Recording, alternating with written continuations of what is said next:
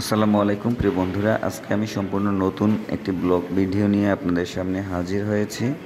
তো আমরা ইতিমধ্যে নৌকার ঘাটে পৌঁছে গেছি। এই জায়গাটা হচ্ছে মতলব উত্তর চাঁদপুর আমিরাবাদ।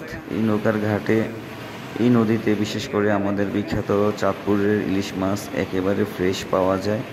তো আপনাদের সাথে ভাবছি আজকে শেয়ার করব। এটা হচ্ছে ইলিশ ধরার নৌকা। দেখুন নৌকাগুলো কত সুন্দর সাইজ, কত লম্বা আকারের হয়ে থাকে। আজকের আকাশটা অনেক মেঘাচ্ছন্ন। আসলে এই আবহাওয়াতে মাছ ধরা একটু কষ্টকর, মাছ কম পাওয়া যায়। আমি যা দেখেছি আসলে আজকের দিনে এই বড় সাইজের ইলিশ মাছ খুব একটা আসেনি জেলেদের জালে।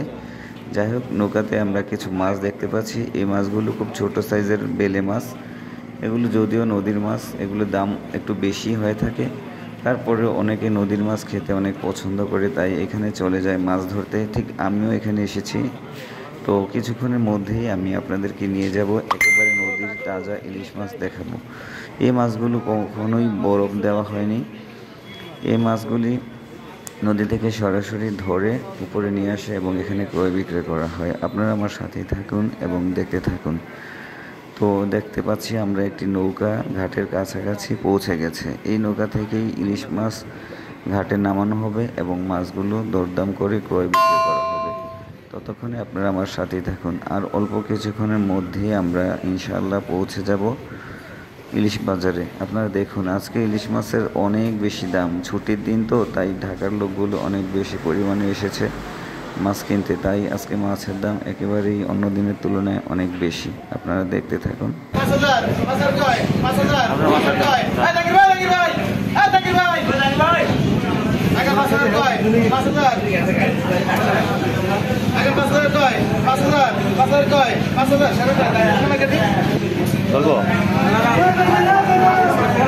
মাছটা দিকে নিলে নিতে আমার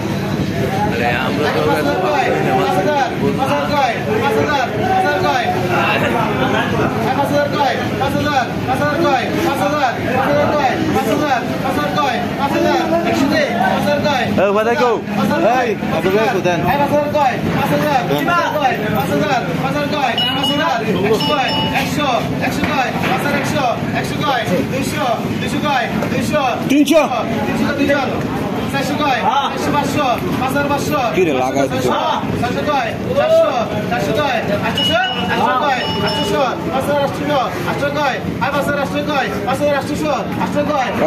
করতে দেওয়া দুনিয়ার কাবজাব করে আসছে বিচ্ছমো আয়া কাবজাব লাগে।